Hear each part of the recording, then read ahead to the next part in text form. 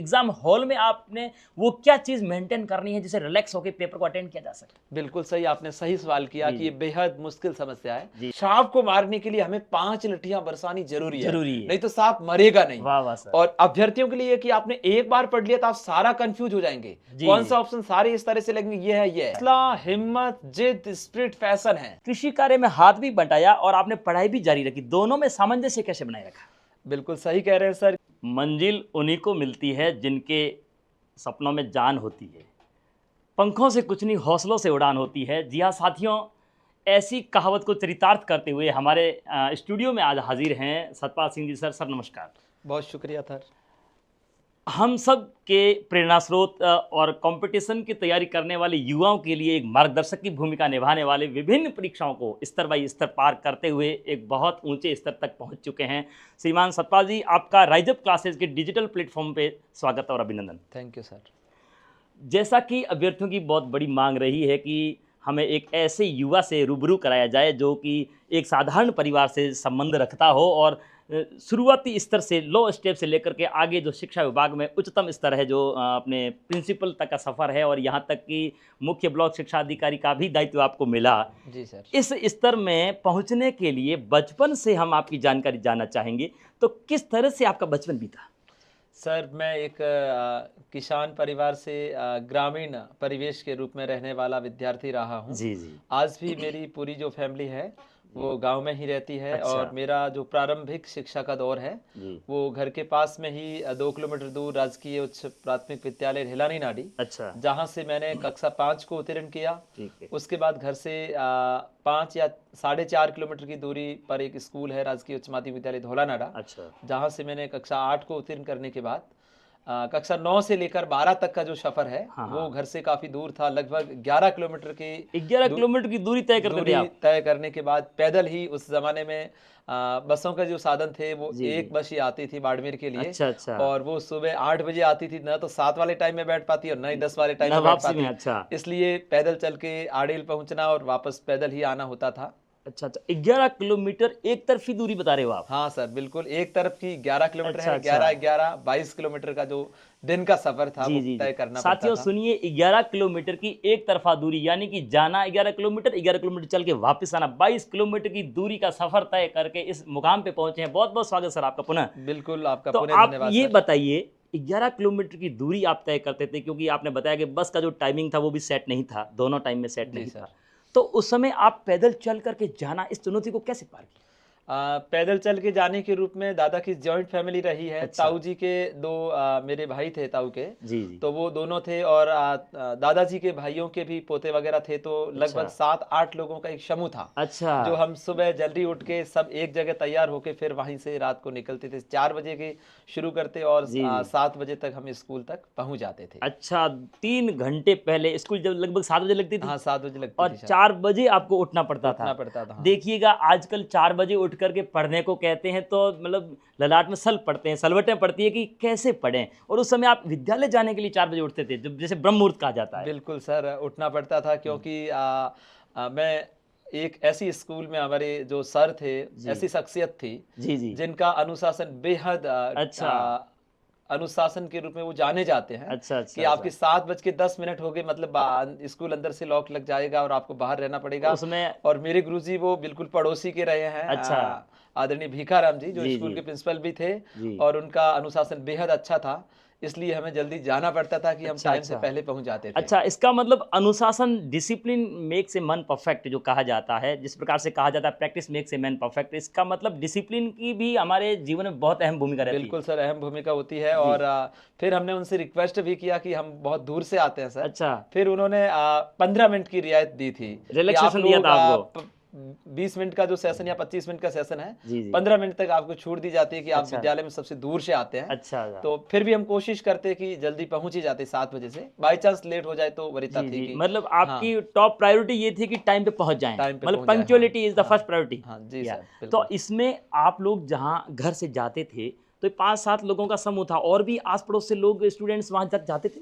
हाँ बिल्कुल, सबसे जो लास्ट का शोर था वो हमारा ही था। अच्छा। उसके बाद में जैसे जैसे हम लोग आगे बढ़ते कारवां तो अपने बढ़ता आप जाए। एक कारवां बढ़ता जाता और अच्छा। स्कूल तक पहुंचते पहुंचते 50-60 की एक टोली बन जाती जी, थी जी, कि ये जी। लोग उधर से आते हैं और बहुत दूर से सफर रास्ते तय में करते। हँसी ठिठोली करते हुए, हाँ, खेलते हुए हाँ, जाते होंगे खेलते वो। हुए जाते थे क्या सर, दौर था बिल्कुल। वास्तव में ना। वास्तव में सर हाँ। बचपन की यादें फिर हाँ, से हाँ, हाँ। उस समय की सोचते हैं तो बेहद अच्छा मतलब वो जो समय था। संघर्ष किया, वो संघर्ष यूँ दुःख नहीं लगता, वो एक लगता था कि वास्तव में क्या हँसी-खुशी के साथ में संघर्ष बिल्कुल किया। सर, ऐसे दुःख कभी लगा ही हाँ, नहीं कि हाँ। 4 बजे उठना है, अपने आप ऑटो जैसे ऐसे माइंड में रहता था कि जी, स्कूल जी। जाना है। जी, जी। और कभी-कभार हम जल्दी भी चले जाते, जैसे जी, दौड़ते, जी। छोटे बच्चे थे दौड़ते हुए चले जाते, जी, जी। तो बीच में जहाँ मौका मिलता तो क्रिकेट भी खेल लेते थे। अच्छा, अच्छा, जल्दी हाँ, स्कूल जाते खेलने का समय? बहुत शौक था सर, फिर उस हाँ। टाइम को भी मैनेजमेंट करना पड़ता होगा, हाँ, आधा करना घंटा खेल पड़ता। लिए तो आधा घंटा आपका आधा शॉर्ट पड़ गया। बिल्कुल, तो फिर दौड़ते हुए दौड़ते थे, दौड़ अच्छा, के अच्छा। पहुँच जाते थे, हाँ। अच्छा, ये भी मतलब बड़ी ये मैनेजमेंट उस समय से सीख लिया कि भई बिल्कुल समय सर, का मैनेजमेंट करना कैसे है। बिल्कुल सर। ये आगे कहीं न कहीं जाके कॉम्पिटिशन में भी काम आया कि कहीं एक क्वेश्चन पे समय ज़्यादा दे दिया,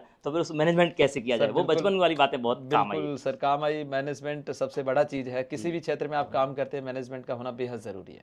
क्या आपको नहीं लगता कि उस समय कोई यदि एक इक्का-दुक्का गाँव में कोई अमीर व्यक्ति या स्टूडेंट हुआ, वो उसने साइकिल ले ली हो और वो भी साइकिल पे आना-जाना करता हो और आपको नहीं लगा कि हमारे पास भी साइकिल काश होती, तो हम आसानी से सफ़र करते? सर बिल्कुल आप सही कह रहे हैं कि मेरे ही पड़ोस के 2 लड़के थे जी, जो जी। 1 किलोमीटर मेरे से भी उनका घर दूर था। अच्छा। वो अपने ननिहाल रहते थे। जी।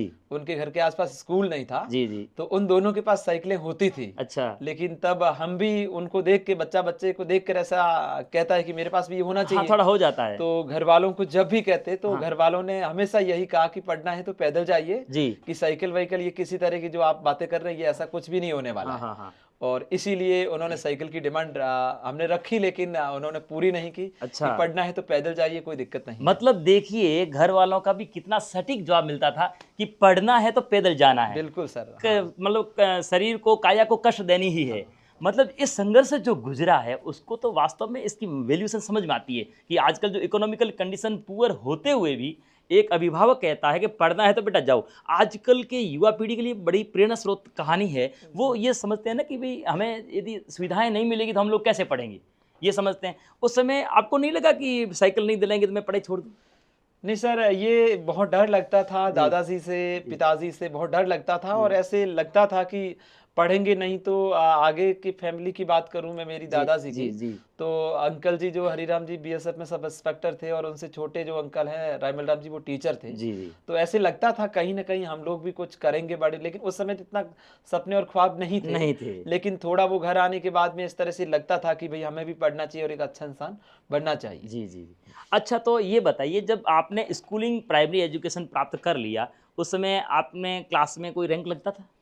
ना सर, क्लास का रैंक तो मैं मीडियम से भी नीचे था, जी, जी। क्योंकि उस समय इतना ज़्यादा वैसे ध्यान भी देता हाँ, नहीं। हाँ। और आने के बाद में मीडियम से नीचे मान लीजिए 40 की क्लास है तो 25 और 20 के आसपास रहता था और थर्ड डिवीज़न सेकंड डिवीज़न यही रहा कि अच्छा, मुझे ये बताएँ कि जैसे आजकल जो ट्रेंड बन चुका है, बच्चों का वापस आते ही सीधा होमवर्क और ट्यूशन में डाल देना, उस समय आपकी मॉनिटरिंग कोई करता था क्या कि भई बच्चा घर पे पढ़ रहा है, नहीं पढ़ रहा है? नहीं सर, इस तरह की मॉनिटरिंग की व्यवस्था उस समय नहीं जी, थी। जी। लेकिन घर आने के बाद में वैसे नहीं लगता कि 8वीं या 10वीं तक का मैंने कोई ध्यान दिया हो। अच्छा। स्कूल में जितना कर लिया उतना ठीक है। स्वाभाविक तरीके से चल रहा स्वाभाविक था। तरीके से चल रहा था। जो स्कूल में जी, पढ़ाते जी। थे सर, जी, जी। उन्हीं को कर लेते थे जी। और वैसे याद नहीं होता, जी। तो थोड़ी बहुत मार भी पड़ती थी अच्छा, और मार को सहना भी पड़ता था। स्कूल में भी पढ़ती, घर पे भी पढ़ती? हाँ, दोनों जगह ही पड़ती। हाँ। अच्छा, हमारे अपन तो समकक्षी हैं। हमें देखो अपने ज़माने में क्या होता था, घर पे स्कूल पे यदि मार पड़ती थी तो घर आके नहीं बताते थे कि भई शिक्षकों ने मारा है, मारा नहीं नहीं तो बताते। अभिभावक हमको पीटते थे। हाँ, बिल्कुल सही कह रहे हैं सर और जी। मैं समझता हूँ कि वो दौर वापस नहीं आएगा इस वापस नहीं पीढ़ी आएगा, के लिए, वास्तव में क्या कि दौर था वो। आज के ज़माने में पेरेंट्स और उस ज़माने के पेरेंट्स में बेहद अंतर है। जी, जी। और वो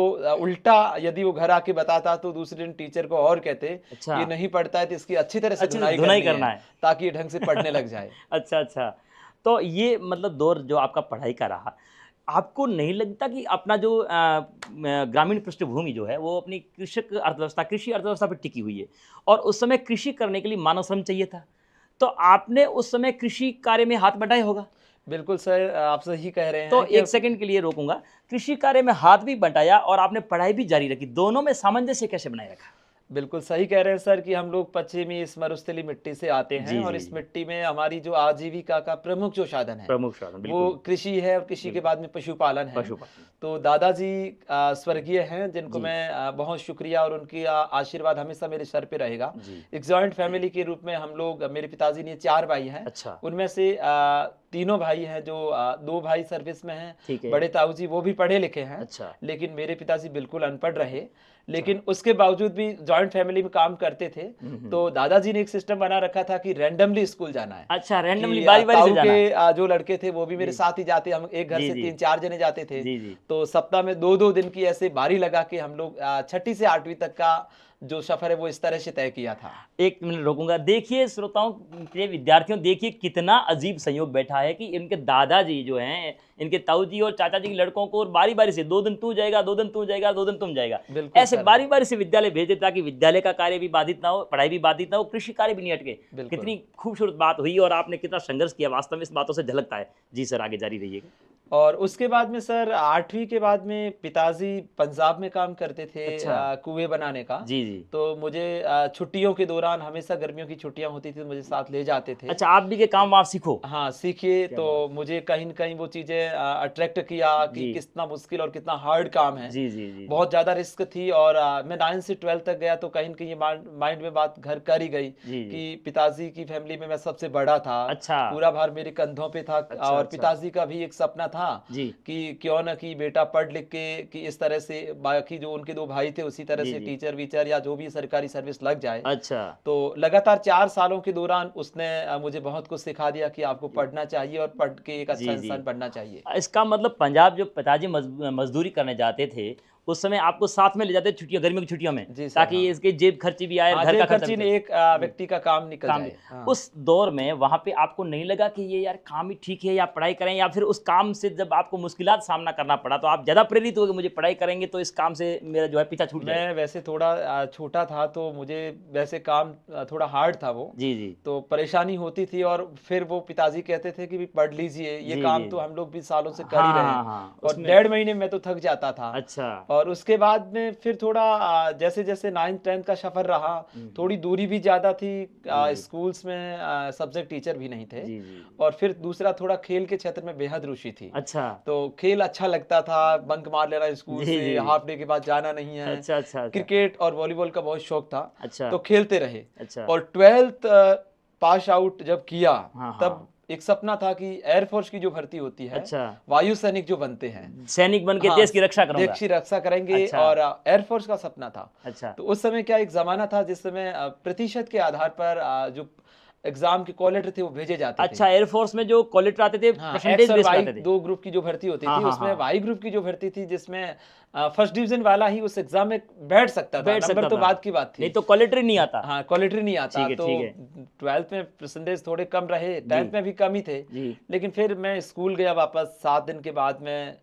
हमारे जो पड़ोसी प्रिंसिपल और बेहद अच्छे शिक्षक, मुझे नहीं अच्छा। लगता कि ऐसे शिक्षक जहाँ भी रहे हैं वो उन जी, जी। स्कूलों का उन्होंने कायापलट किया है। जी, जी, जी। तो उनके पास गया, एक दिन उन्होंने रोका कि कल आइएगा आप। जी, जी। दूसरे दिन उन्होंने गया और मैंने मेरी सारी बातें रखी कि सर मेरा एक सपना है कि मुझे एयरफोर्स में सैनिक बनना है। जानना है। तो और उसके लिए फर्स्ट डिवीज़न बना नहीं और मैं हाँ। वापस इम्प्रूव करना चाहता हूँ कि अच्छा। परसेंटेज को राइज़ करूँगा। जी, जी। तो सर ने 1 दिन के बाद मुझे वापस बुलाया और कहा कि हो सकता है कि आप लोगों का आपका फर्स्ट डिवीज़न बन जाए जी, जी। और वो अपनी कट ऑफ को 70 ले जाएँ। आगे बढ़ा दें। 70 के बाद में कॉल लेटर भेजेंगे। हाँ, मिनिमम फिर जो आपका लिमिट है वो साल बढ़ा भी दें। खराब हो जाएगा। अच्छा, अच्छा। और बहुत सारे मौके हैं आपके पास। जी, जी, जी। आप किसी भी जगह अपना काम कर सकते हैं, इसलिए मेरा कहना माने तो आप बीए कर लीजिए।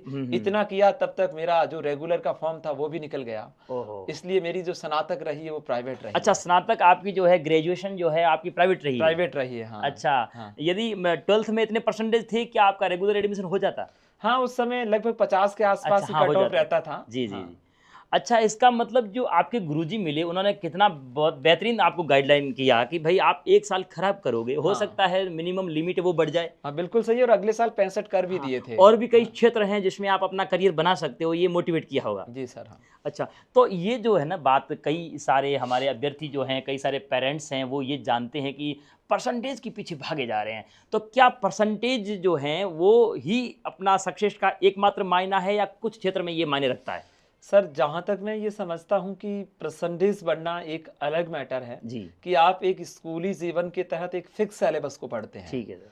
और क्लास में हम अक्सर ये देखते हैं कि जो बच्चे इंटेलिजेंट होते हैं जी, जी, टीचर का फोकस भी उन पे रहता है। जी, जी, जो नॉर्मल या मीडियम होता है उस पे उतना उनका फोकस भी नहीं रहता। जी, जी। मारवाड़ी में एक कहावत भी है कि जो पुत्र कमाता है वो सबसे अच्छा लगता है। सबसे अच्छा जो कमाओ खुद पढ़ता कमा। है वो टीचर को भी अच्छा लगता हाँ, है। हाँ, हाँ। लेकिन मेरे जीवन की एक घटना कहीं न कहीं मुझे उस परसेंटेज की वैल्यू समझ में आती है जी, जी, कि बताइएगा। जब 2014 का कॉलेज लेक्चरर का पेपर मैंने स्कूल लेक्चरर के साथ में दिया, अच्छा, तो उस पेपर को देने के बाद में रिटर्न में बहुत अच्छे मार्क्स थे मेरे। अच्छा। मुझे लगता है कि मुझे इंटरव्यू में केवल 4 या 5 नंबर मिलते तो भी मैं मतलब सेलेक्ट हो मिनिमम जाता। से मिनिमम मार्क्स देते तो हाँ, भी आपका तो भी चयन हो जाता। मेरा सेलेक्ट हो तो जाता आज मैं। आप असिस्टेंट प्रोफेसर होते। हाँ, तो उस समय के बाद में जब पेपर दे दिया गया उसके बाद में इंटरव्यू कॉल हुआ और इंटरव्यू कॉल के बाद डॉक्यूमेंट जमा करवाए। जी, जी, तो घर पे एक लेटर पहुंचा जी, कि आपकी जो उसमें गुड एकेडमिक रिकॉर्ड जो रखा हुआ था, जी, 10th 12th बीए एमए का सबका मिला के इस तरह से एक गुड एकेडमिक रिकॉर्ड था जी, जी, कि 10वीं 12वीं और बीए का जो एग्रीगेट है वो आपका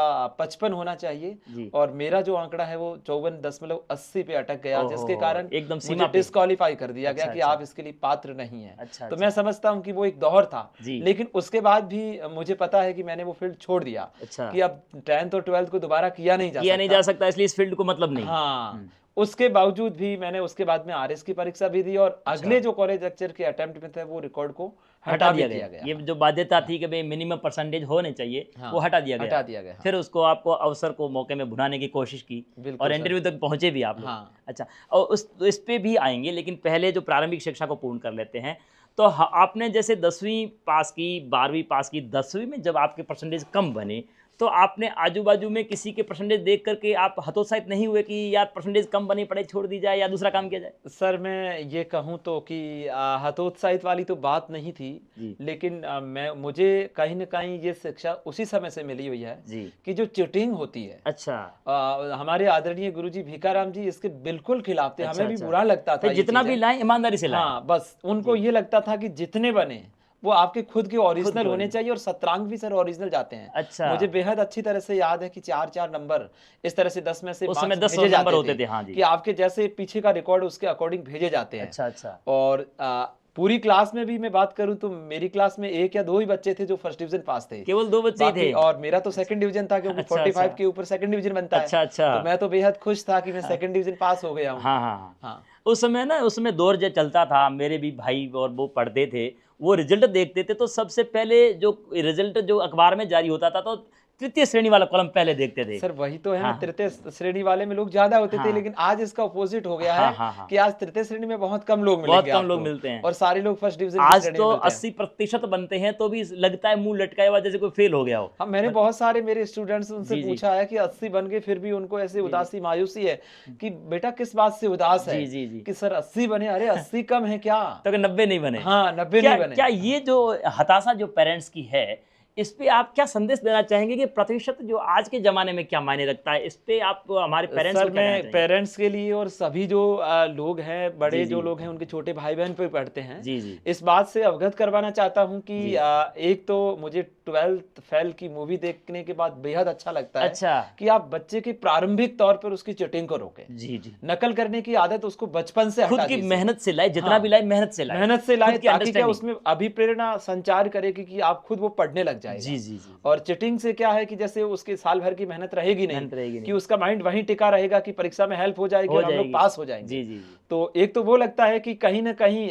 मार्किंग का भी थोड़ा फर्क पड़ा है कि जी। इतने ज्यादा परसेंटेज जो बच्चों के बन रहे हैं जी, जी। कि मुझे लगता है कि एक रिटर्न के एग्जाम में पूरे में से पूरे मार्क्स आना हिंदी बेहद मुश्किल लगता है। हिंदी जैसे हिंदी में सब्जेक्ट 100 में में भी से 100 आ रहे हम हैं। लोग देखते हैं कि जहाँ पे अनुस्वर की गलती होती तो जी, नंबर जी। काट लेते काट हैं। दे, बिल्कुल लेकिन काटते हैं। आजकल के बच्चों के देखा जाता है अक्सर जी, यही जी, जी, जी। कि 90 से तो बहुत ऊपर लोग बहुत हैं, सारे बहुत ऊपर। ऊपर लोग अखबार हैं। में और नाम नीचे भरे वालों पड़े को इसलिए वो मुंह लटका के रहते हैं कि अच्छा। 90 से ऊपर बेहद लोग हैं और हम अच्छा। लोग 80 तक अटके। क्या तो पेरेंट्स के लिए ये मापदंड रहता है कि बच्चे ने सेल्फ पढ़ाई के दौरान अपने अध्ययन से जितने यदि 70 भी बना लिए, जी, जी। मैं समझता हूं कि 70 उसके लिए बेहद सफिशिएंट है और प्रतिशत किसी भी आज कल के किसी भी एग्जाम में मायने नहीं रखते नहीं हैं। रखता है। और मैं उनको संदेश देना चाहता हूं जी, कि जी, आप जी। लोग जी। कि प्रतिशत के ऊपर बच्चे को फोकस नहीं करें, नहीं करना है। कि उसको स्व प्रेरित करें, पढ़ना है और उसको एक सपने के बारे में सिखाएं कि सपने पे काम कैसे करना है, जी जी जी कि आपको इस क्षेत्र में किस तरह से काम करना है। जी जी केवल इस तरह से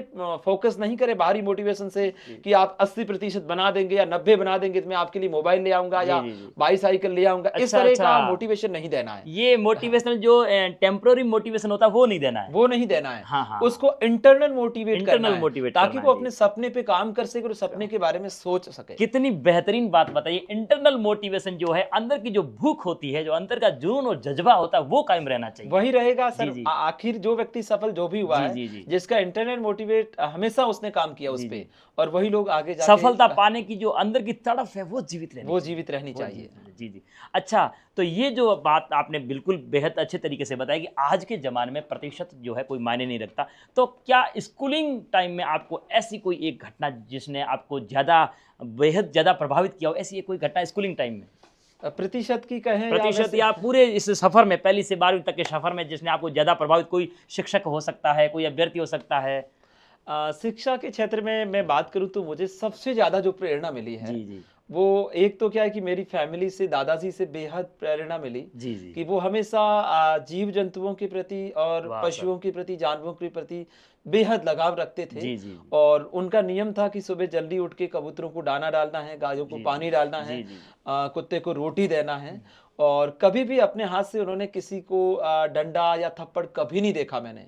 जैसा बहुत ही कहते हैं ना, सेवा परमो धर्म, हाँ, वो बिल्कुल मैं मानता हूँ कि मेरे दादाजी की फैमिली में आज हम 7-8 लोग सरकारी सेवा में हैं, तो कहीं न कहीं उनका शिक्षा के प्रति समर्पित होना और सच्चे मन से ईश्वर की सेवा करना, जानवरों की सेवा करना, जी जी कहीं न कहीं उन्हीं के परिणाम स्वरूप हम लोग आगे बढ़ पाए। ये सर बिल्कुल आपके व्यवहार में भी स्पष्ट झलकता है। आपके काफी मैं नजदीक से रहा हूं, मैं आपको देखा है। एक जो चीज़ आपने मेरे को पूछी जी कि आपके स्कूली जीवन या उसके बाद की एक ऐसी जो स्टोरी आपको बहुत इंस्पिरेशन करती जी है। जी जी मुझे अच्छे से याद है कि मैंने 12th पास आउट के बाद में राजस्थान पुलिस के एग्जाम दिए अच्छा और एग्जाम देने के बाद में मैं एग्जाम में फेल कभी नहीं हुआ। अच्छा 12th के बाद में राजस्थान पुलिस का एग्जाम मैंने 7-8 से पास करना शुरू कर क्लियर दिया। कर दिया और मुझे उस समय जरूर रोना आया जी कि जब मेरे ताऊ का जो बेटा भाई था, अच्छा वो मेरा ही क्लासमेट था और उसका चयन 2008 में पाली से हुआ। राजस्थान पुलिस से हाँ, राजस्थान जी पुलिस में, और जी मेरे बेहद अच्छे नंबर थे, अच्छा, उससे भी ज्यादा उनसे भी थे ज्यादा नंबर जी थे। जी और मुझे बेहद रोना आया और जी उस रोने के दौरान मेरी दादी माँ ने मुझे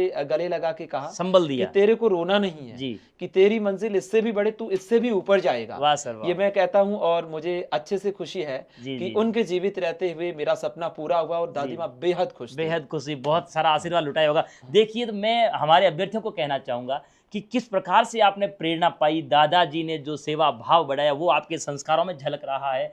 ये नहीं है कि पढ़ा लिखा आदमी ही मोटिवेट कर सकता। आपकी दादी जी जो अनपढ़ थे, दादाजी जो अनपढ़ थे, उन्होंने आपको किस प्रकार से प्रेरित किया, कहा कि आपकी ये छोटी मंजिल आपकी राहें नहीं देख रही, आप तो बड़ी मंजिल की तरफ बढ़े। बिल्कुल सर, उन्होंने यही कहा कि इसमें ये आपकी जगह कहीं और है। और हम लोग मानते हैं कि सरस्वती के प्रति या ईश्वर के प्रति अपनी जो आस्था रहती जी है जी और आप सच्चे मन से निष्काम कर्म करते हैं तो भगवान फल और मंजिल दोनों यदि जरूर देता सरस्वती है। की साधना आप सच्चे मन से करते हैं तो उसका परिणाम तो निश्चित अपना प्रतिफल रखती नहीं है, बिल्कुल नहीं ऋण रखती सहित है। ऋण उगा सहित देती है। लौटा के देती जी है। जी जी और अच्छा, तो ये भी कहा जाता है। तो आपने जो वाकया सर बताया ना कि दादी जी ने मुझे संबल दिया, उसी प्रकार मुझे थोड़ा सा घटना याद आती एपीजे अब्दुल कलाम की।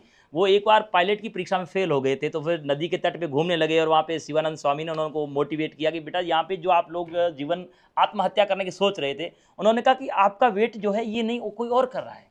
तो उन्होंने सिविल डिफेंस में न जाकर के तीनों सेनाओं के प्रमुख बन के राष्ट्रपति के रूप में बन गए। बिल्कुल सर, कितनी ईश्वर ने जो तय किया है जी जी वो बिल्कुल फिक्स है आपके बिल्कुल। लिए। और हम लोग ये देखते हैं कि जिनके रास्ते में बहुत सारे रोड़े आते हैं, बिल्कुल, कठिनाइयां आती है, अक्सर उनको बड़ी सफलता उनको बड़ी सफलताएं मिलती है जी। अच्छा, स्कूलिंग एजुकेशन पार करने के बाद आपने बताया कि मुझे रेगुलर एडमिशन नहीं मिला, तो कॉलेज लाइफ में आपको ये कब भान हुआ, एहसास कब हुआ कि मुझे भी कंपटीशन की तैयारी करनी चाहिए? और क्योंकि कॉलेज लाइफ में तो चुनावों में इस प्रकार से हम लोग लापरवाही कर देते हैं अक्सर, तो आपको कोई मोटिवेशन मिला हो कि कॉलेज लाइफ में आपने तैयारी शुरू करी या फिर बाद में? सर, हम लोग प्राइवेट थे लेकिन 6 महीने एग्जाम के पहले हम लोग बाड़मेर आ जाते। जी और बीए के दौरान मुझे अच्छी तरह से याद है कि हम 8 लोगों का ग्रुप था, अच्छा कि जहां से वैसे घर की स्थितियां इतनी बेहद खराब नहीं थी हमारी। जी जी जी जॉइंट फैमिली थी लेकिन एक लिमिटेशन में पैसा देते थे। हाँ, मॉनिटरिंग पूरी रखते थे। मॉनिटरिंग पूरी रखते थे, तो उनको करने के लिए हम 8 लोगों का, एक दोस्तों का ग्रुप बना जी जी। और 3 कमरों में हम लोग रहते थे। तो ठीक है। महीने में हो सकता है कि 2-3 दिन काम पे चले जाएं अच्छा, तो कुछ पैसे और मिल जाएं। जेब खर्चे के हाँ, लिए जेब खर्ची के लिए तो कर लेते थे, लेकिन घर वालों को बताते बताते नहीं नहीं थे। थे कि वो डांटेंगे। लेकिन उसके बाद में धीरे-धीरे एक दूसरे के प्रति कुछ लोग फोर्स की तैयारी करने लगे, कुछ एयरफोर्स में गए, कुछ पुलिस में गए। जी जी तो मेरा तो टीचर का की तरफ ही था, जी लेकिन ग्रुप बेहद अच्छा था और सब लोग पढ़ने में पहले नॉर्मल रहे। जी जी। और आज भगवान की शुक्रिया अदा करना चाहता हूं कि 8 में से कोई भी व्यक्ति बेरोजगार नहीं वाह, है। पूरा का पूरा अलग ग्रुप, अलग पूरा का पूरा कुनबा सब मतलब लग चुका आपका है। जो 100% सफलता मिल गई, हाँ बिल्कुल सर। आपके ग्रुप को हाँ 100% सफल हो गया आप। हाँ बिल्कुल। अच्छा, आपने एक बेहद अच्छी जानकारी बताई कि हम लोग जो हैं कॉलेज के दौरान कभी सप्ताह में 2-3 दिन कमाई करने भी जाते थे। तो ये नहीं लगता कि आजकल के युवा जो हैं वो सोचते हैं कि हमें पेरेंट जो है जितना चाहा उतना पैसा नहीं देते हैं, कोई कमाई कर ली तो संकोच महसूस करते हैं। क्या ये पढ़ाई के में दौरान ऐसी बातें होनी नहीं चाहिए?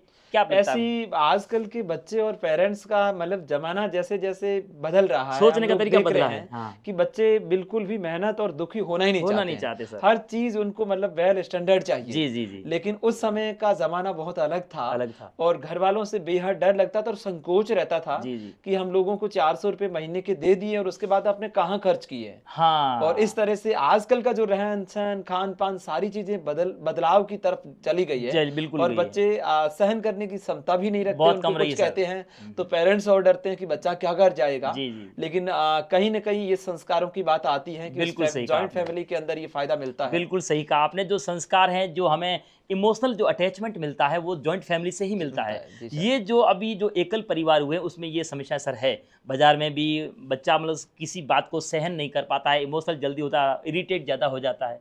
तो ये कॉलेज लाइफ के बाद में जब आपने करियर चुनना चाहा कि अब मुझे कॉलेज के बाद में क्या करना चाहिए, आजू बाजू आपने देखा होगा किस फील्ड की तैयारी करनी चाहिए, ये प्रेरणा कहाँ से मिली आपको? पुलिस के दौरान तो मैंने एग्जाम दिए ही थे। जी। तो उसमें फिजिकल के कारण मुझे हमेशा आउट कर दिया गया। अच्छा। 11 का एग्जाम भी मैंने दिया, अच्छे नंबर थे। जी जी। और उसके बाद मैंने 10 वाला एसआई भी दिया जो अच्छा। 14 में कंप्लीट हुई। जी उसमें जी। जो रिटर्न के बाद में फिजिकल के बाद में कॉल नहीं हुआ, इंटरव्यू कॉल नहीं अच्छा। हुआ। उसके बाद में मेरी बीएड तो थी। जी जी। अब उसके मेरे सामने एक पटवारी की एग्जाम थी 2011 की, मुझे बेहद अच्छी तरह से याद है। अच्छा। और एक ग्राम सेवक की थी। जी ग्राम सेवक में मैं पॉइंट 32 से रहा जी। और पटवारी के उस एग्जाम में मैं 3 नंबर से रहा। काफी दुख 32 से रहा है अभ्यर्थियों को। मैं कहना चाहूंगा सर, सॉरी चाहूंगा अभ्यर्थियों को कहना चाहूँ, पॉइंट 32 से .32 से एक अभ्यर्थी रहा, कितना दुख हुआ होगा। उस दुख से आप कैसे उभरे? मैं उस समय क्या है कि जैसे बीएड करने के बाद और फिर गांव चला गया। मैं जी गांव जाने के बाद जो आडेल जहां से मेरी 9 से 12 तक की शिक्षा हुई, जी एक मेरा दोस्त था। जी। और दोस्त और हम दोनों गांव में एक रूम लेके रहते थे। अच्छा। लेकिन गांव के लोग बेहद ताने मारते थे कि कंपटीशन के लोग जयपुर जाते हैं, हाँ। जोधपुर जाते हैं, बाड़मेर जाते हैं, यार है कि क्या यहाँ कर रह के लोगे? नौकरी लग जाओगे क्या। अच्छा। और मेरा जस्ट ही कंप्लीट हुआ था बीएड, पहला ही एग्जाम था। तो जी। साथ में प्राइवेट स्कूल मेरे जो ताऊ के बेटे भाई ने खोल रखी थी। अच्छा। उसमें भी मैं जाता था और हमें बेहद कॉन्फिडेंस था। टीचिंग करवाते थे आप? टीचिंग करवाता था, जी। लेकिन कॉन्फिडेंस ये था कि नौकरी तो हमारी लगेगी, लग जाएगी। क्योंकि राजस्थान की जो जीके थी उस पर मतलब बेहद अच्छी, मुझे लगता है कि मैंने काफी अच्छा कवर कर लिया था। ये सब कॉलेज के दौरान शुरू किया या स्कूलिंग ये में बीए भी? फाइनल के दौरान से कर लिया था। अच्छा, बीए अच्छा। फाइनल से फिर कंटिन्यू मतलब साल 2 साल तक अच्छा कवर कर लिया था। अच्छा अच्छा। यानी कि जो अभ्यर्थी अभी पढ़ रहे हैं उनको एक स्पष्ट संदेश यही है कि आप जो कॉलेज में, जो कॉलेजिंग के दौरान यानी कि ग्रेजुएशन के दौरान आप तैयारी शुरू कर दें कंपटीशन की, तो आगे पार पाना मुश्किल नहीं।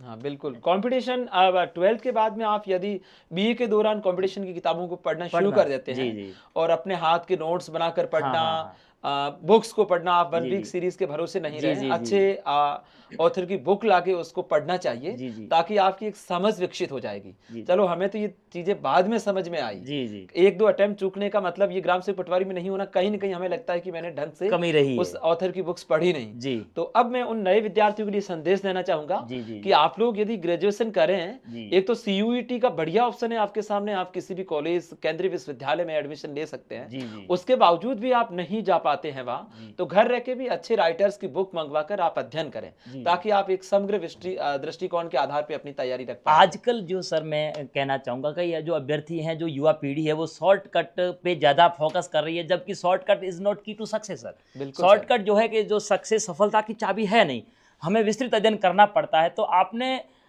कभी कोई नोट्स, छोटे नोट्स, केवल हाथ से बनाए हुए नोट्स भी पढ़े? बिल्कुल सर, मैं ये कहना चाहूंगा कि नोट्स है, ये अक्सर मैं वैसे मेरे विद्यार्थियों को भी ये बात बताता रहता हूँ कि खुद के नोट्स की बराबरी दुनिया की कोई बुक्स या कोई कर नहीं नोट्स सकता। नहीं कर सकते। जी इसका रीजन ये रहता है कि आप एक तो खुद बनाते हैं, जी जी तब एक तो आपका बुक्स पे भी फोकस रहता है और इम्पोर्टेंट चीजों को लिखते जाते हैं, जी जी और दोबारा उनको आप पढ़ेंगे तो जी। आपकी इफिशियंसी डबल हो जाएगी, जी जी उसको बहुत जल्दी पढ़ पाएंगे और रिवीजन बहुत जल्दी हो पाएगा। जी जी। मतलब ये कहना चाहेंगे अभ्यर्थियों को कि भी आपके जो स्टैंडर्ड मटेरियल आपका स्टैंडर्ड होना चाहिए, प्रामाणिक पुस्तकों से आप तैयारी करें तो कहीं पर भी सफलता आपके हाथ से चूकेगी नहीं। बिल्कुल सर। जी। हाँ मतलब ये है कि आप लोग पीछे 1 वीक सीरीज है ये, मतलब अनऑथराइज चीज़ों के पीछे भागने की ज़रूरत नहीं है। आप अच्छी चीज किताब लाएं और घर पे भी। आपने एक सर अच्छी बात बताई कि मैं गांव में रह करके पढ़ते थे, लोग कहते थे कि आप सिटी में नहीं जा रहे हो, सफलता कैसे मिलेगी। ये केवल हवा मात्र है कि सिटी में जाएंगे तो ही सफलता मिलेगी। मैं सर ये मानता हूँ कि सिटी में जाने के लिए ये होता है कि सिटी में जाने से बुक्स तो वही रहती है, वही रहती है सर, लेकिन एक बिल्कुल। क्लाइमेट मिलता है आपको, अच्छा। एक वातावरण मिलता है। जी जी क्योंकि एक बच्चा दूसरी तरफ देखता है तो वहाँ कहीं लाइब्रेरी कोचिंग बच्चे आते जाते पढ़ते दिखते हैं, जी जी तो कहीं ना कहीं वो इंटरनेट मोटिवेट होता है कि मुझे भी ऐसा करना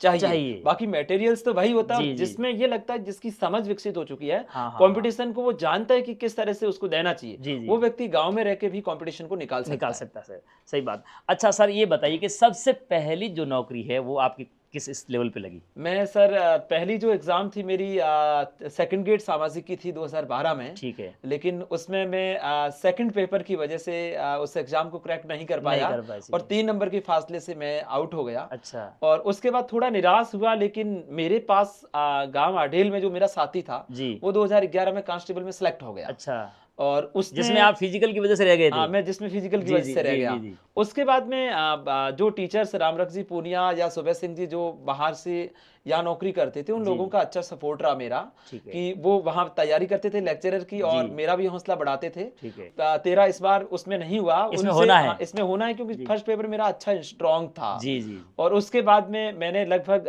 2.5-3 महीने की जो तैयारी थी जी जी वो की, और उसके बाद में गांव से पहली बार जब इसका फॉर्म फिलअप करने के लिए, मुझे अच्छे से याद है, कृष्णा कंप्यूटर पे आया, जी। एक और दोस्त, अब वो दोस्त बन चुका है, उसने अरे। मेरे को धड़ाधड़ प्रश्न पूछे कि अच्छा। आप कहाँ पढ़ते हो, डिमोरलाइज कर दिया वहीं पे। थोड़ा डिमोरलाइज किया। वैसे जी मैंने जी 5-7 प्रश्नों के आंसर दे दिए उनको, जी जी कि आप कहाँ तैयारी कर रहे हो, ये नहीं कि ऐसे थोड़ी होता है गांव में रहने वालों से। अच्छा। लेकिन उसके बाद में फोन नहीं थे हमारे पास। जी जी जब रिजल्ट निकला, जी। मुझे अच्छे से पता है कि वो दिन मेरे लिए 24 अगस्त का बेहद खास दिन है, बेहद। जीवन का पहला जो स्पेशल डे था, जो सरकारी कि, नौकरी ख्वाब था वो पूरा हुआ। वो पूरा हुआ। जी जी और मैं गांव में था, और मुझे ये अच्छे से पता है कि आजकल भी होता है कि जिसने संघर्षों से जो टकरा के सफलता प्राप्त की, उसलिए उस दिन उसको नींद भी नहीं आती। नहीं और आई मुझे है। बेहद खुशी थी कि उस जी दिन जी। मैं थर्ड ग्रेड के रूप में सिलेक्ट हो गया। तो उस दिन दादी माँ को कितनी खुशी हुई होगी जो बेहद आपको खुशी। हौसला बढ़ाया और था। रिजल्ट के तुरंत बाद घर पे फोन कर जी दिया जी गया, जी और क्योंकि रैंक बढ़िया थी तो पहले जी से डिसाइड हो गया कि अपना चयन जी जी हो चुका है। और सुबह मैं घर भी गया दादी से मिलने के लिए, और जी जी बेहद खुश। हाँ वो इसलिए खुश हो गए जी। कि दादी जी के 4 बेटे थे, मेरे पिताजी ने 4 भाई थे, अच्छा कि 2 तो पहले से ऑलरेडी गवर्नमेंट जॉब में थे, ताऊ का अच्छा एक लड़का लग चुका था जी पुलिस में। अच्छा तो दादी की इच्छा थी कि एक जो मेरे पिताजी थे, इनका भी हाँ बेटा एक इनके परिवार में गवर्नमेंट कोई जॉब नौकरी में चला जाए। चला जाए चला जाए। मतलब एक माँ की जो खुशी होती है वो हाँ। अपने के पिताजी मेरे भाई बेटे का भी बेटा जो है वो हाँ बन जाए। बिल्कुल, उनको ये लगता है जी कि जी मेरे चारों बराबर हो जाए, तो बराबर हो वो जाए। भगवान ने भी सुन लिया, और जी उनका जी आशीर्वाद है। जी जी।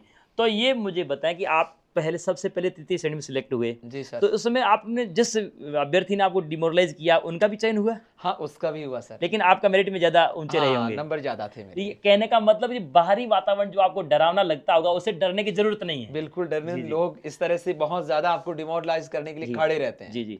तो उसके बाद में आपने व्याख्याता की परीक्षा भी पास की सीधी भर्ती से। बिल्कुल सर। उसके उसकी बाद में कैसे मेरा जो रणनीति अपनाई सफर आपने? रहा कि मैंने गांव में पोस्टिंग ना लेके थोड़ी घर से दूर ली, जी और सिंदरी जो एक ब्लॉक पड़ता है बालोतरा जिले का जी जी वर्तमान पड़ता में, है।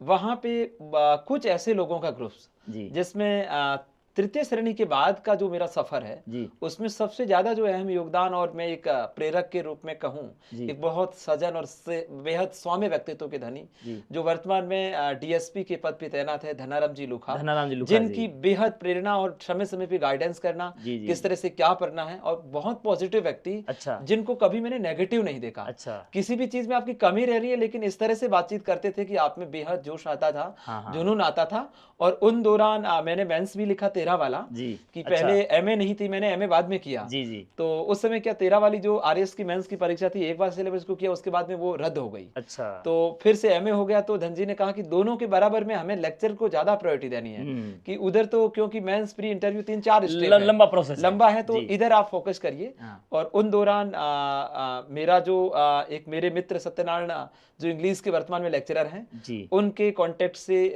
सूरतगढ़ में भाटिया आश्रम है, जी जी जहां से मैं उस समय मैंने किसी को नहीं बताई ये बात अच्छा कि वहां एक टेस्ट सीरीज चलती थी। जी और मैं ये कहना चाहूंगा कि बीए की किताबों को मैंने लाके अध्ययन नहीं किया, जी लेकिन एमए की सारी ऑथेंटिक बुकों को पढ़ के ही किया। अच्छा और जेएनयू से मेरा जो एमए कंप्लीट हुआ, और एकमात्र जो ऐसी डिग्री है मेरी जिसमें फर्स्ट डिवीजन दिखता है, अच्छा अच्छा और वो भी 60.22% एकदम किनारे पे बने हैं। एकदम किनारे पे रहे। जी जी और फिर अच्छी तैयारी के बाद इधर उधर पूछा तो कि पोस्टें, उस समय इतना पता नहीं था कि पोस्टें बस कि 100 या 200 पोस्टें, 250 पोस्टें लेक्चर के लिए बहुत होती थी। बहुत होती थी उस समय। और उस दौरान तो कोचिंग का थोड़ा माइंड में ख्याल है, तो उस दोस्त ने कहा कि कोचिंग की जरूरत नहीं, आपको एक ऐसा रास्ता बताता हूँ जी जी कि आप उन सर से मिलिए। जी तो मैं सर से मिला नहीं, और मैंने उस टेस्ट सीरीज को ज्वाइन कर लिया। अच्छा सैटरडे के शाम को जोधपुर से जमी तवी एक्सप्रेस में बैठ के संडे को सूरतगढ़ पहुंचना, जी दोनों पेपर देना और वापस लौटना, और ड्यूटी पे अच्छा आना। वापस लौट करके ड्यूटी भी करते ड्यूटी पे थे आना, और सिलेबस मेरा कंप्लीट था और उसके अकॉर्डिंग में चलता था। जी और आखिरकार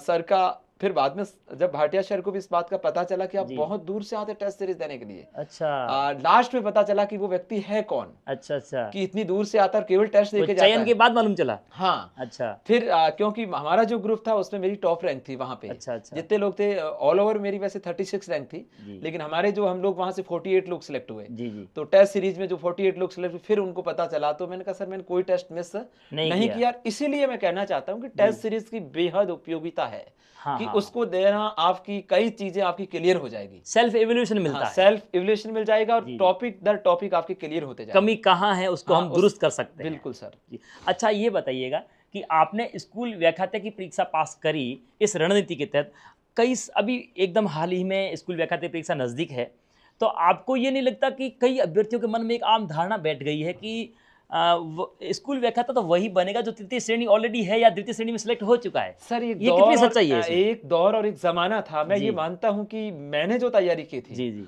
उससे पहले वाली भर्ती तक ये लगता था अच्छा कि केवल लगा हुआ जो व्यक्ति है, या हाँ। टीचर है, या किसी जॉब में है, जी जी वो लेक्चरर की तैयारी हम लोग 8 9 10 के आसपास आप देख लीजिए, बेरोजगार लोग बिल्कुल, बहुत कम निकले हैं। बिल्कुल कम लेकिन ये जैसे ही 15 की जो भर्ती थी, जी जी उसके बाद में लोग बेरोजगार काफी सिलेक्ट हुए, तो लोगों को कॉन्फिडेंस आ गया, एक उम्मीद की किरण और जगी बिल्कुल उम्मीद की किरण जगी कि जी, जी। सीधा बना जा सकता बना है। जा सकता है और मैं भी इस बात को मानता हूं कि जैसे जैसे हम लोग ऊपर जाएंगे, जी कॉम्पिटिशनर है जो संख्या कम होती रश जाएगी, कम हो जाती है हाँ, भीड़ कम लेकिन हो जाती है जो नीचे के दौर में उसमें कॉम्पिटिशनर बहुत ज्यादा रहते ज्यादा हैं। रहता है, सही लेकिन थोड़ा ये मान सकते हैं कि ऊपर के लेवल में थोड़ा आपका समझ विकसित होना बात। स्टैंडर्ड भी चाहिए, पढ़ाई का और स्टैंडर्ड आप चाहिए ये मान सकते हैं कि तीनों में से first grade, second grade, third grade की माने, जी तो मुझे जहां तक लगता है कि फर्स्ट ग्रेड इन तीनों के बजाय सरल है। सरल कि एक है। सब्जेक्ट पे काम करना है, जी, एक थोड़ा जी। फर्स्ट पेपर पे काम करना जी, है, जी। और आप जी तोड़ मेहनत करते हैं तो बिल्कुल हो ही आपके जाता सामने ये रास्ता क्लियर है कि आप Clear। फर्स्ट ग्रेड बन ही जी, जाएंगे। जी। और इन अभ्यर्थियों के लिए कहना चाहता हूं जी, कि जी।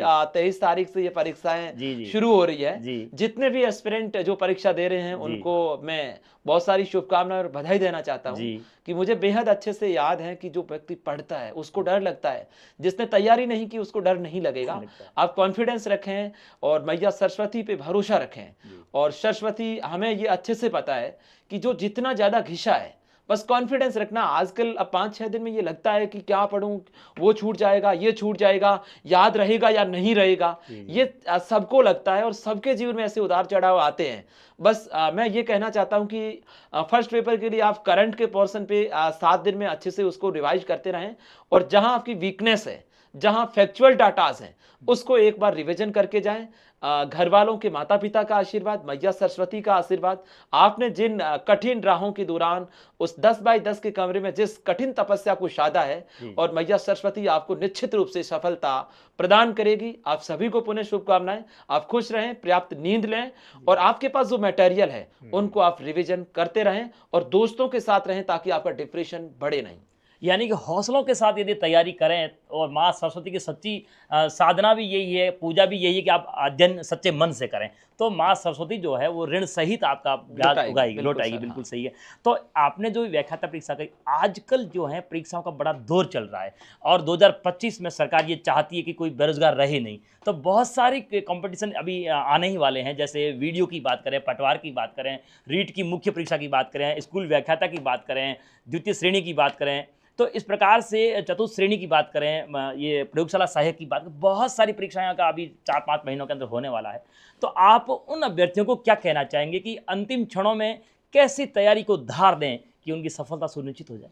मैं उन सभी एस्पिरेंट को कहना चाहूँगा कि आप जिस सिलेबस के अकॉर्डिंग आपने पिछले 5-7 या साल भर से जो मेहनत की है, उस मेहनत के दौरान आपने जो मटेरियल आपके पास में है, जिस हाथ से नोट्स बना लिए, जो टेक्स्ट बुक्स का यूज़ कर रहे हैं, उस टेक्स्ट बुक्स और उस नोट्स को बार बार रिवाइज करें। हम ये लोग जानते हैं कि दुनिया में कोई व्यक्ति टैलेंट नहीं है जी। जिसने समय को सदुपयोग करते हुए और अपने हैंड रिटन नोट्स को बार बार रिवाइज किया है, क्योंकि प्रकृति का नियम है कि आप रिवाइज नहीं करेंगे तो आप भूल जाएंगे। क्योंकि कहा आप भी गया है, जितना रिवीजन मेक्स डिवीजन। डिवीजन, बिल्कुल सही कहा जी, आपने जी, मोतीराम जी, जी, जी। कि रिवीजन से ही हमें डिवीजन मिलता डिवीजन है और मिलता हम लोग है। इस बात को अच्छी तरह से जानते हैं। सही, सही। क्योंकि जिस तरह से मैं अक्सर विद्यार्थियों को भी ये कहता हूँ जी, जी। कि एक सांप जो होता है जिसको आप एक लट्ठी मारेंगे ठीक है। तो वो घायल हो जाएगा और दोबारा यदि उसके पास में आएगा तो वो तेज तरार तरीके से काटेगा और तेज गति से। इसलिए सांप को मारने के लिए हमें 5 लट्ठियां बरसानी जरूरी है, नहीं तो सांप मरेगा नहीं। वाह वाह सर। और अभ्यर्थियों के लिए कि आपने एक बार पढ़ लिया तो आप सारा कंफ्यूज हो जाएंगे, जी, कौन जी। सा ऑप्शन सारे इस तरह से लगेंगे, ये है ये है, मिक्स मसाला हो इसलिए जाएगा। कम से कम किसी भी एग्जाम में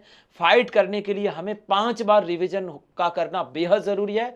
हैंड रिटन नोट्स, खुद के हाथ से बनाए नोट्स की कोई होड़ नहीं कर सकता दुनिया जी, की जी। ताकत, और इन पे विश्वास रखें। जो कंटेंट है उसी जी। कंटेंट पे लगातार काम करते रहें, टेस्ट सीरीज को देते रहे ताकि आपका एवोल्यूशन हो, आपको पता चले कि मेरा math, science, computer, history, polity किस पार्ट में मैं कमजोर रह रहा जी, हूं, जी। उस पार्ट को आप अच्छे से तैयार कर सकते जी, जी। हैं। आजकल एक सर ट्रेंड बन चुका है, भले छोटी कक्षा में हो, भले कंपटीशन के एस्पिरेंट्स हो, वो ये देखते हैं कि कोचिंग का एक हवा बन चुका है। क्या आपको लगता है कि बिना कोचिंग के सफल नहीं हो सकते? नहीं सर, ऐसा तो नहीं है, लेकिन के कोचिंग करना ही जरूरी, ये इस बात से मैं सहमत नहीं हूँ। जी, जी। लेकिन मैं ये मानता हूँ कि जैसे हम लोग बात करें, जी, जी। तो यदि मुझे 12th पास में ही इतना ज्यादा जैसे ये सारी चीजें मिल जाती, जी। तो मुझे लगता है कि मेरी मंजिल कहीं और हो सकती थी। लेकिन धीरे धीरे किसी को देख के समझ में आया। जी, जी। तो एक बार के लिए हम लोग ये मान सकते हैं कि ठीक ठाक एक क्लाइमेट एक देने के लिए, क्लाइमेट एक मिलता है। माहौल देने जी, के जी, लिए, जी, जी। कि एक 12th पास जो बच्चा है वो स्कूल में प्रतियोगी परीक्षाओं का माहौल नहीं होता है, जी, जी। वो उसके बारे में जानता नहीं है, जी, जी। वो शहर में नया आता है, जी। तो उसके लिए हो सकता है कि उसका स्टैंडर्ड ठीक ठाक है, अच्छा। और उसको गाइड करने वाले लोग उसके घर में सफिशिएंट है, ठीक है। और उसकी मॉनिटरिंग ढंग से करते हैं, ठीक है। तो मानवीय के विषयों के लिए मैं मानता हूं कि उसको कोचिंग की कोई जरूरत नहीं रहती है। लेकिन उसकी प्रॉपर मॉनिटरिंग होनी चाहिए चाहिए। कि कौन सी बुक्स पढ़नी है और किस तरह से पढ़नी है। जी, जी। यदि उसके घर में उसके पेरेंट्स जागरूक है जी। तो वो किया जा सकता है, जी, जी। और यदि नहीं है तो हम ये मानते हैं कि एक बार यदि पेरेंट्स घर में पढ़े लिखे लोग नहीं है तो जी, जी। एक बार वो कर लेता है तो उसको सारी चीजें समझ में आ जाती है। जी, जी। बाकी हमें ये पता है कि कोचिंग किसी का चयन नहीं करवा सकती, जी, और जी। अभ्यर्थी की मेहनत ही उसको अंतिम मुकाम तक पहुंचा सकती अंतिम मुकाम, है। बिल्कुल सही कहा आपने कि यदि आपके पास में प्रामाणिक स्रोत है और आपके पास में पढ़ने का जुनून है और आपका गाइडलाइन अच्छे से मिल रहा है, हाँ। तो कोचिंग अनिवार्य नहीं है। लेकिन ये जो साइंस बैकग्राउंड के जो स्टूडेंट्स हैं, उनको लगता है कि हमारा जीके बहुत कमजोर, तो वो अपने लेवल पे कुछ भी कर सकते हाँ हैं। कर सकते हैं। अच्छा, एक और ट्रेंड आजकल बन गया है कि लाइब्रेरी में जाकर के पढ़ना, उस जितना भी जो कमरा है एकदम सफोकेशन वाले घुटन भरे माहौल में, क्या आपने अपने जीवन में कभी लाइब्रेरी का, जब तक आप सफल नहीं हुए तब तक लाइब्रेरी का सहारा लिया, और क्या आप मानते हैं कि लाइब्रेरी में जाने वालों का ही चयन होगा? सर, मैं इस बात को बताते हुए मुझे हंसी आ रही है अच्छा। कि मेरे जो पढ़ने का तरीका था, जी, कि जी। पढ़ने के जिस तरह से 2 तरह के वाचन हैं, जी। एक स्वचर वाचन जो बोल के पढ़ा जाता है और जी। एक मौन वाचन मौन है। वाचन होता है। तो लाइब्रेरी में जा रहे, इसका मतलब ये सीधा तय हो गया कि आप अपने होठ खोल नहीं सकते मौन हैं, वाचन ही आप करोगे। मौन वाचन ही करेंगे। जी। और मुझे जहां तक ये लगता है, और मेरी तो शुरू से आदत रह गई, जी। इसलिए इस आदत को मैं चेंज नहीं कर पाता जी, हूं। जी। तो और यदि आप भी चाहते हैं, कि अभ्यर्थियों के लिए कहना चाहता हूं जी, जी। कि आप किसी एक लाइन को एक बिना होठ हिलाए मौन वाचन में पढ़ लीजिए, और उसके बाद और एक आप स्वचर वाचन में पढ़ें, जी। बोल के पढ़ें, जी। दोनों में तुलना कर लेना कि ज्यादा चीज कौन सी याद याद रहती रहती है।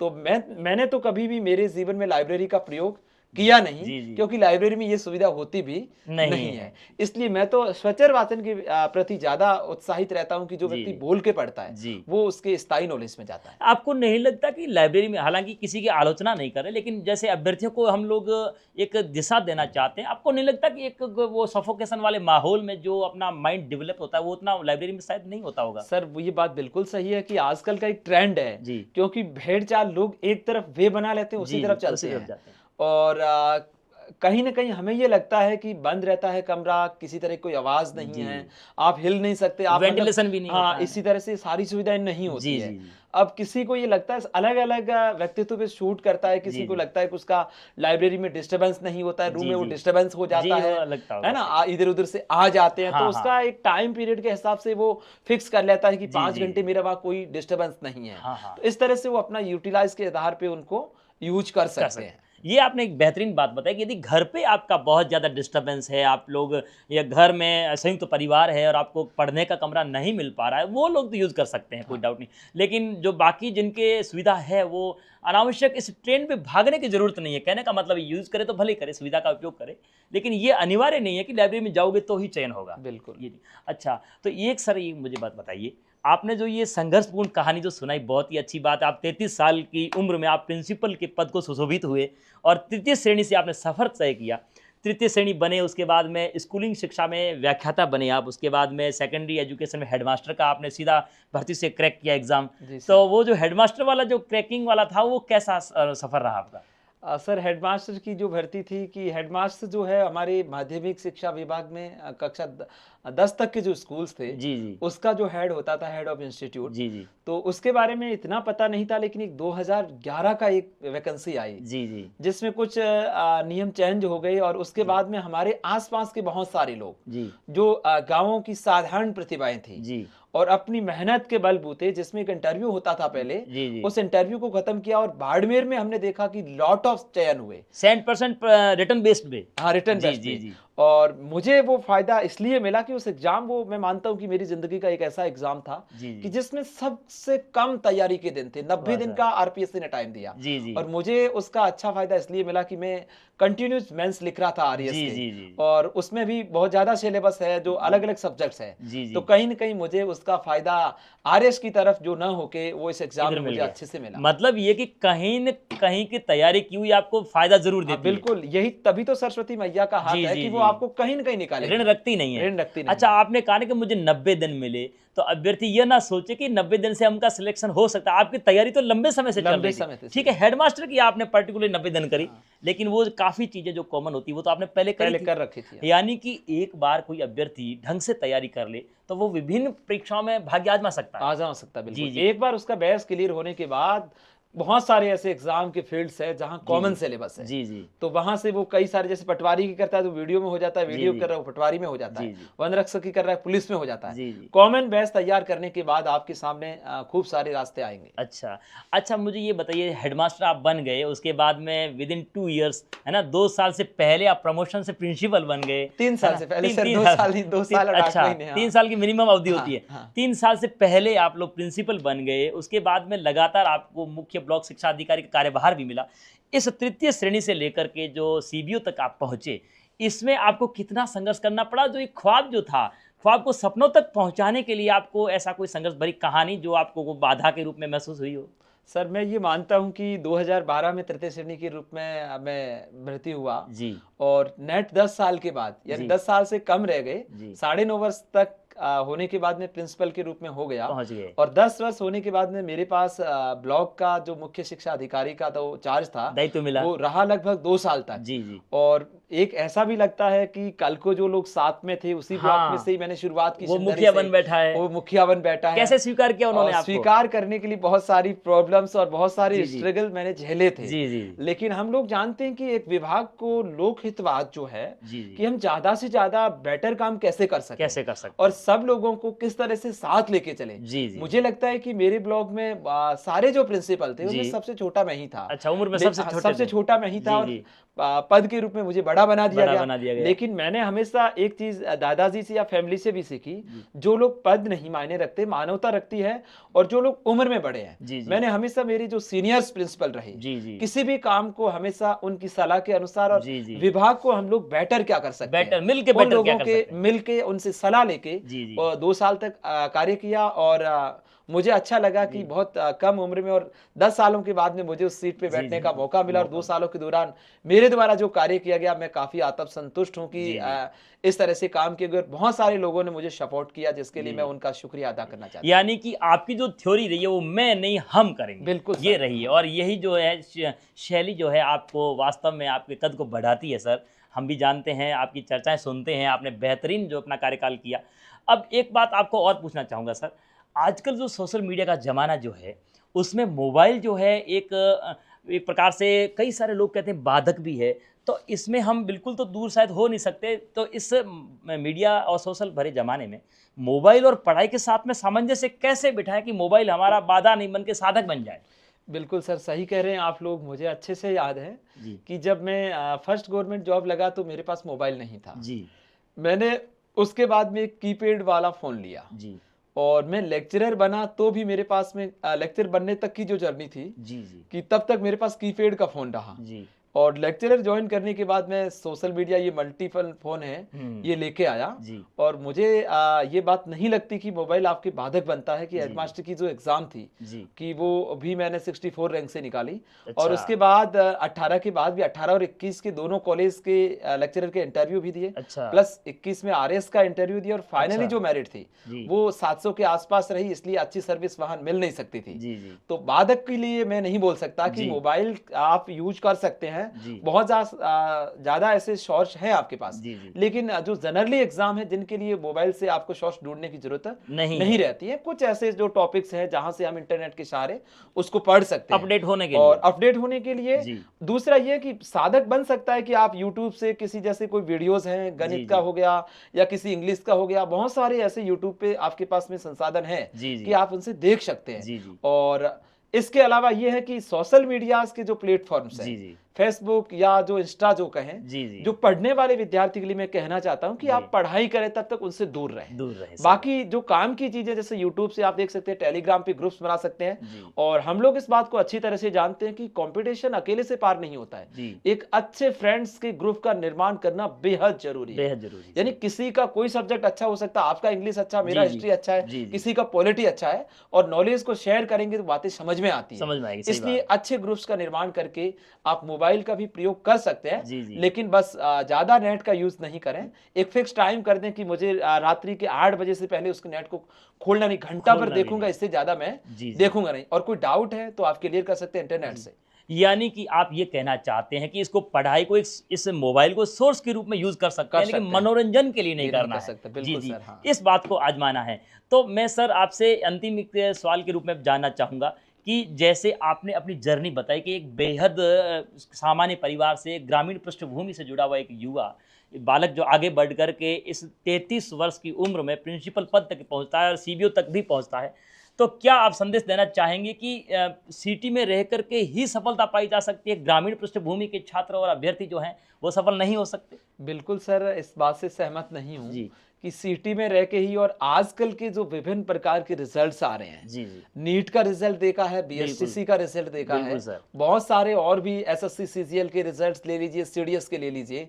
गांव की और धोरों की भी बेहद अच्छी प्रतिभाएं जो निकल के सामने आ रही है। और मैं ये मानता हूं कि गांव के लोगों का खान पान और क्लाइमेट बहुत शुद्ध होता है, हेल्दी होते हैं, और दिमाग उनका बेहद अच्छा होता है। यानी कि IQ उनका IQ लेवल बहुत अच्छा होता है, और इमोशंस की भावना बेहद ज्यादा होती है। और किसी भी व्यक्ति को सफलता के शिखर पे पहुंचना है तो उसमें इमोशनल इंटेलिजेंसी का होना बेहद जरूरी है कि वो दूसरे की क्षमता और संवेग को किस तरह से समझ सकता है। कि जिस तरह से अक्सर हम लोग उदाहरण देते हैं कि हमीद का जो चिमटा है, जिस कहानी से हम लोग देखते हैं कि उस हमीद में इमोशनल इंटेलिजेंसी बेहद ज्यादा उस उम्र में देखो देखिए कि जी, जी। दादी ने ये नहीं कहा कि आप मेले से मेरे लिए चिमटा लेके आएंगे, फिर भी लेकिन लाया। उसकी ये संवेगिक बुद्धि कहती है जी। कि दादी की चिंता करने के लिए उसने मेले से उस चिमटे को लाकर दादी को दिया। तो ये गांव के बच्चे ऐसे होते हैं। बिल्कुल, बिल्कुल। शहर में मैंने पहले भी आपको कहा कि क्लाइमेट मिलता है, एक माहौल क्लाइमेट मिलता मिलता है, है, सही बात। टेस्ट सीरीज दी जा सकती है, जी, जी, किताबों से टच में रहा जा सकता है, जी, जी। नया कोई मटेरियल आपके सामने मिलता है,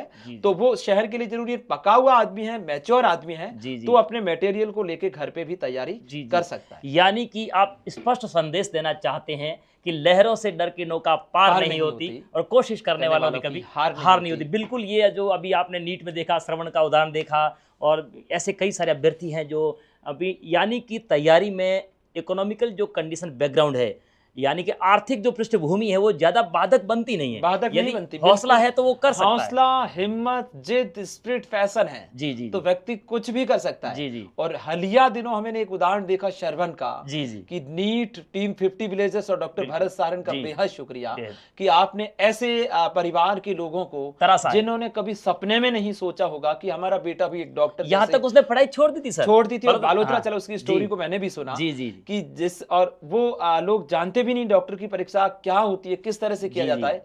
एक अच्छा प्लेटफॉर्म। जी। धन्यवाद शरवण का कि शरवण की एकाग्रता भी बेहद अच्छी थी, जी, जी। कि उसने अपने पिताजी की माली हालात को देखकर जिस तरह से संघर्ष करके इस नीट जैसे, जी, जिसमें 25 लाख के आसपास एस्पिरेंट है, जी, जी। उसमें से अपनी रैंक को सुनिश्चित किया। जी, और जी। वो इस वर्ष के लिए मैं मानता हूं कि बाड़मेर की एक सुखद तस्वीर के रूप में उसको बिल्कुल याद सर, किया जाएगा। बिल्कुल सर। ये टाइम्स ऑफ इंडिया में भी तस्वीर छापी थी हाँ, सर, बिल्कुल न्यूज़ सर। छापी थी। अच्छा, तो तृतीय श्रेणी से लेकर के आपने कॉलेज असिस्टेंट प्रोफेसर के भी आपने इंटरव्यू दिए, आरएस के भी इंटरव्यू दिए, यानी पढ़ने में तो कहीं कमी आपने रखी नहीं।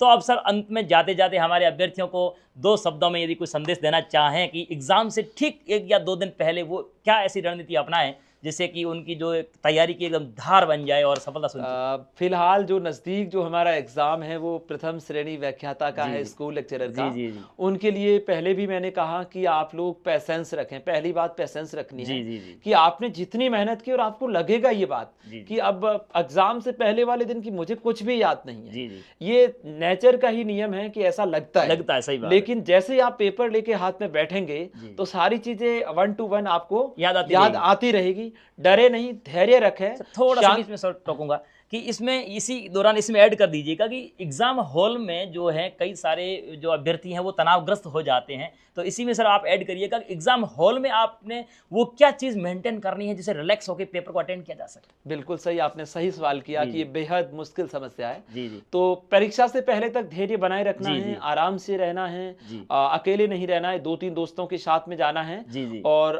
उनके साथ में रहते हुए जिस तरह से स्वास्थ्य का भी हमें ध्यान रखना है। जी। और एग्जाम से पहले वाली नाइट ये है कि जिस दौरान हमें ये लगता है कि हमें भरपूर नींद ले लेनी है, जी, जी, बिल्कुल। लेकिन मैं अच्छी तरह से इस चीज से वाकिफ रहा हूं कि जी। हमें नींद आती नहीं है। आती नहीं है, हमें नींद आती नहीं है, चाह के क्योंकि भी नहीं ले चाह सकते। के भी नहीं आती है। जी, जी। लेकिन रिलैक्स होके यदि आप 4 घंटे भी नींद ले लेते हैं, जी, जी। तो आपका एक तो सिर भारी नहीं रहेगा। जी। और सुबह एग्जाम से जाने से पहले मैया सरस्वती और घर वाले माता पिता के आशीर्वाद और उनको मन ही मन याद करके आप जी। एग्जाम के लिए निकल जाएं। जी। और एग्जाम पे जाने के बाद एकदम कंफर्ट कपड़े पहन के जाएं, जिस जो आवश्यक चीजें हैं एग्जाम के लिए, आपकी जी। फोटोज हैं, ये अच्छे से चेक कर लें। जी, जी। क्योंकि कई बार हमने ये देखा कि वहां जाने के बाद हम लोग भूल जाते हैं, तो बेहद डिप्रेशन में ये जाते हैं। छोटी छोटी बातें डिप्रेशन पहले कर से देती हैं। पहले नाइट को ही ये फोटोज हो गई, आपका प्रवेश पत्र हो गया, आपके जी, 2 जी। पेन हो गए, जी, जी। जो चीजें कही गई, आरपीएससी ने नॉर्म्स तय किए हैं कि जी, आपको जी। कंफर्ट कपड़ों में जाना है, तो उन कपड़ों को पहन के आप आराम से जाएं। जी, जी। और ज्यादा जो लोग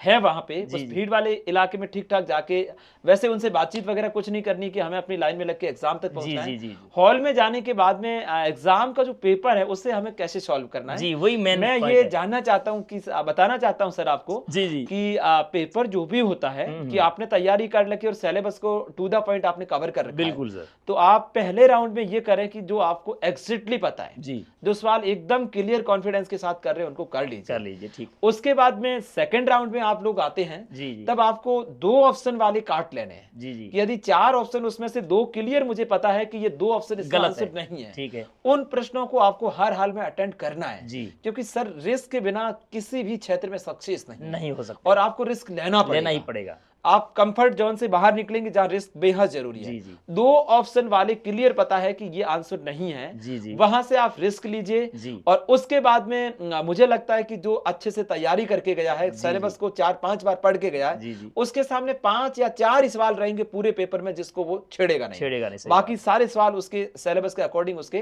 जी। कवर में हो जाएंगे। जी, जी। और पहले राउंड के जितने कर लिए हैं, अब किसी की आदत ऐसे है जैसे मैंने मेरा किया कि पहले राउंड के करने के बाद गोले भर लेता हूं, जी, जी। जो उनके ऊपर खुद के ऊपर डिपेंड है। लेकिन टाइम का ध्यान रखना है कि पहला पेपर जी। जो फर्स्ट ग्रेड का है उस पर विशेष ध्यान रखना है, जी। क्योंकि उसमें इंग्लिश, हिंदी, मैथ, साइंस सारे सब्जेक्ट है, सब मेंटल मिक्स है। एबिलिटी, टाइम खाने वाले हैं जी, जी। कि आपको घड़ी पे ध्यान रखना बेहद जरूरी है। जी, जी। अब जरूरी नहीं है कि पहले ही खोलते ही मैथ्स आ गई, अच्छा। और मैथ्स हो सकता है कि 1-2 प्रश्न बहुत हार्ड थे और आप उलझ गए, टाइम पूरा वो ले और लेता है। टाइम जा रहा है, इधर से आपकी नजरें घड़ी पे जा रही, जी। इधर प्रश्न पे, तो तनाव बढ़ जाता कंफ्यूज है, हो जाते हैं। तनाव बढ़ जाता है। छोड़ें उसको, जी, जी। छोड़ के जो सिंपल वाला पोर्शन उसको कर लीजिए, पहले कर लें। कर लीजिए। जी, जी। करने के बाद में फिर देखिए लास्ट में टाइम रहता है, उसके अकॉर्डिंग कर लें आप आप। उसको फिलअप कर दें। जी, जी। गोले भरते भी सावधानी रखें, और कॉन्फिडेंस बिल्कुल भी तोड़ना नहीं है जी, कि जी। आपने बहुत पढ़ा है, जी, जी। और आपको जो नहीं आ रहा है वो किसी को नहीं आ रहा है, क्योंकि जी, जी। मटेरियल सबने सेम पढ़ रखा है। कॉन्फिडेंस बिल्कुल भी डाउन नहीं, और हमें ये बात पता है कि इस तरह से हम लोग सेकंड पेपर को भी अटेंड कर सकते हैं अच्छे कॉन्फिडेंस के साथ, जी, और जी। 2 वाली रिस्क लेनी है, और तीनों ऑप्शन पता नहीं तो ऐसे प्रश्न को अटेंड रिस्क लेनी नहीं करनी। जी, बिल्कुल बेहद आपने अच्छे तरह से कहा कि यदि आपको पहले जो आसान क्वेश्चन है उनको तो करें, टफ क्वेश्चन के पीछे भागते भागते हमारे आसान क्वेश्चन छूट जाते हैं, ऐसे कई अभ्यर्थी होते हैं सर। हो जाते तो हैं। ये बात आपको बेहद जरूरी ध्यान रखनी है प्रिय अभ्यर्थियों कि जो आसान क्वेश्चन है उनको पहले कर लें, उसके बाद में टफ क्वेश्चन में घुसें आप लोग, बिल्कुल। और तनाव रहित होकर के एग्जाम दें। तनाव ज़्यादा लोगे तो भी उसे कोई चयन तो होना नहीं, इसलिए रिलैक्स मूड में जाकर के एग्जाम दें। बहुत बहुत शुक्रिया सर, आपका बहुत बहुत धन्यवाद। बहुत thank you so much sir, thank you so much.